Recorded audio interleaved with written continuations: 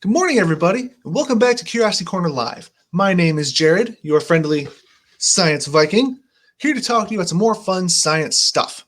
Now, the Great Lakes Science Center is currently closed to the public because we're hosting the NFL Draft.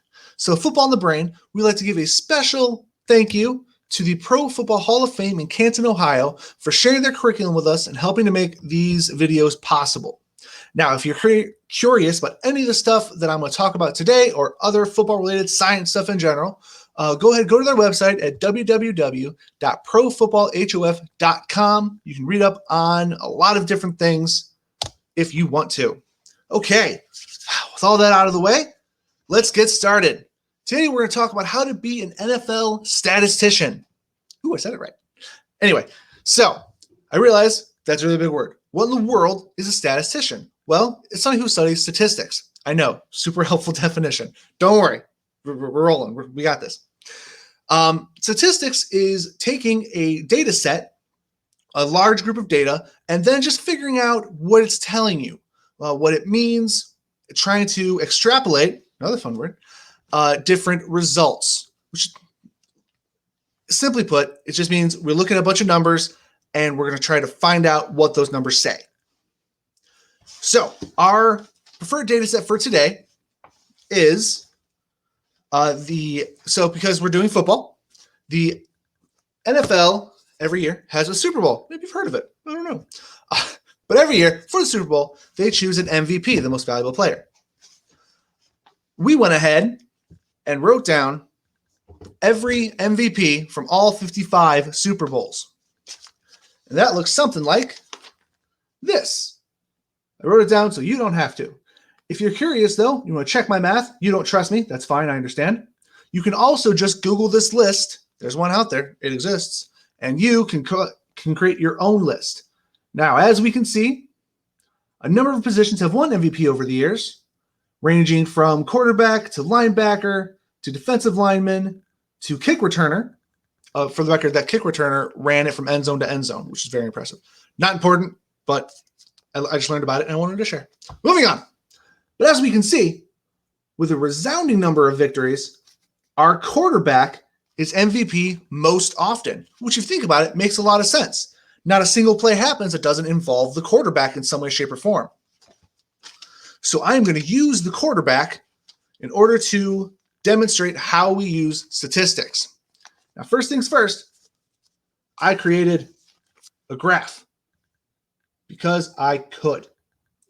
Now, every good graph needs labels. So our x-axis here is position, x-axis is your horizontal, and our y-axis over here, it's the vertical one, is number of times that they have won. As we can see, we have a 4, a 6, a 7, a whole bunch of ones, and of course, our big old 31 over here for our quarterback. Now, that's out of the way. We have to deal with one very important thing. Statistics use actually 4 very important things. They use mean, median, and mode, and also sometimes range. I will explain what each of these are. Don't worry. It's very, very simple once you get the hang of it. Don't worry. We'll get you through this. So here's the thing. In order to use any of this data, it has to have a number. I need numbers in order to make this data work. In order to have these numbers, I need to pick a topic that has numbers in it. So I'm going to pick, considering we use quarterbacks, we're going to go with passing yards, as that is what the quarterback is mostly in charge of, is throwing the ball. So, there's my handy notebook. I have MVP passing yards. Look at my terrible handwriting. And then all the way from 1 with 250 to the last Super Bowl winner that had 201 passing yards. Come on, focus, camera. There we go. All right. I wrote them all down so you don't have to. So now we need to find the mean, the median, the mode, and the range. Now we're going to start with the median just because it's how I wrote on the paper, and so that's how I have to present it now. Our median, very simply, is the number that's in the middle. So a little further on, here we go. I reordered my numbers from the lowest, which is at 119, to the highest at 466. And the number in the exact middle, we have 31 numbers. But the number in the middle was 288, which means that the rest of the numbers in our data set are either going to be below 288 or above 288. Is that super helpful on its own? No, not really. That's why we have all these different mathematical terms that we're going to put together, because together it's going to be very helpful for us to figure out data-related stuff. Okay, so that's median. Next, we'll talk about the mean. Now, the mean is another word meaning average. To find the average, all we have to do is add up all of our numbers. So add up all of these. They're over here. There they are. And then divide them by the number of numbers that we have. I know that was complicated. So first, we'll do this step by step. Our first step is to add up all of our numbers. Our 250, 202, 206, 142, yada, yada, yada, yada. Add them all up, and our end result is going to be, oh, it's over there, 8,670. One second, I've had an idea. There we go. Much more noticeable. 8,670. That's how many total passing yards have been thrown by the quarterback MVPs of Super Bowls. This is a very specific number that we're finding. That's okay. Anyway, so we have found our total number. Now we need to divide it by the number of numbers that we have. Do you remember what the number was? The number that we're using is the number of quarterbacks that won MVP. That number is 31. So we're going to divide 8,670 divided by 31. As we can see, I've used my old school math here. Oh, well, a future answer. Oh, well, it's okay. And so our total average is going to be 279.68. So the average yards thrown by the MVP quarterback is 279.68 technically. So about 280 yards. Which means during a football game, the next one, if the quarterback looks like they're going to throw around those yards, who knows? They have a better chance, statistically speaking, of becoming the MVP if they're around our average. Obviously, it's not always the case. I have numbers like 142, 119, 206. You can be below the average as well. All right. So that's the mean, that's the median. Now, the mode is complicated. I'll get back to the mode. We'll save that for the end. So we're going to talk about the range. Now, range is actually really simple to calculate. Our range is just taking our highest number of 466 and subtracting our lowest number at 119 from it. 19? Yeah.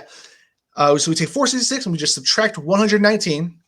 So our range is in 347. That means there's 347 numbers of difference between our lowest number and our highest number. Again, not useful on its own, but when paired with everything else, it helps tell the story. It helps share what all these numbers, what these could mean, what these mean to us. No pun intended, I think. Anyway, so that leads us to our mode. Our mode is technically the easiest thing to find, just not in this particular circumstance. You see, the mode is the number that occurs most often. Here's the thing. With my data set, none of these numbers repeat. There's no number that occurs most often because they all appear in equal amount of times, which does make sense given out of the hundreds of possibilities, having a repeat passing yards is, well, as we can see, statistically unlikely. Hey, now you know what that term means. But I still want to teach you what the mode is. So we're going to go back to our previous data set of just our positions and times they won. And the mode here is going to be the position that won most often, which, as we know, was our quarterback position. So our mode is going to be quarterback. Okay. So that was I know there's a lot of math to wrap your brains around, but hopefully you either learned about mean, median, mode, and range today or had a refresher on it. Either way, works for me.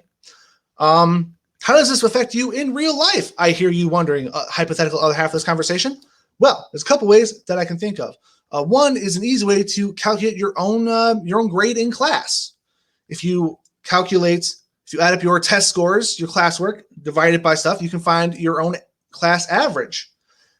Do you want to do that? I don't know. But another way, which is probably a lot more fun, is if you go play some football and you start throwing the ball back and forth, testing yourself.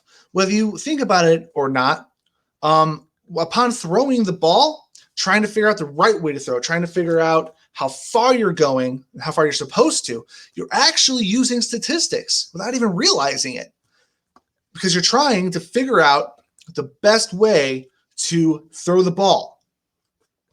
So if you throw a ball and you're behind someone, well, that didn't work. You threw too far ahead. If you throw it too far past them, all of these things are data points that you're using in your brain in order to get better at what you're doing. So we use statistics all the time, whether we actually realize it, we actually think about it or not. We're always using statistics. And now you have some names for them. All right, everybody, that is our show for today. Thank you so much for joining me. Once again, we'd like to give a special thank you to the Pro Football Hall of Fame. Once again, if you want to go into any of the stuff I talked about, go ahead and run over to their website. Let's turn to Scooby-Doo for a second. At www.profootballhof.com. Oh, and I think that's everything. So, folks, it was lovely seeing you all. Until next time, have fun, be safe, and as always,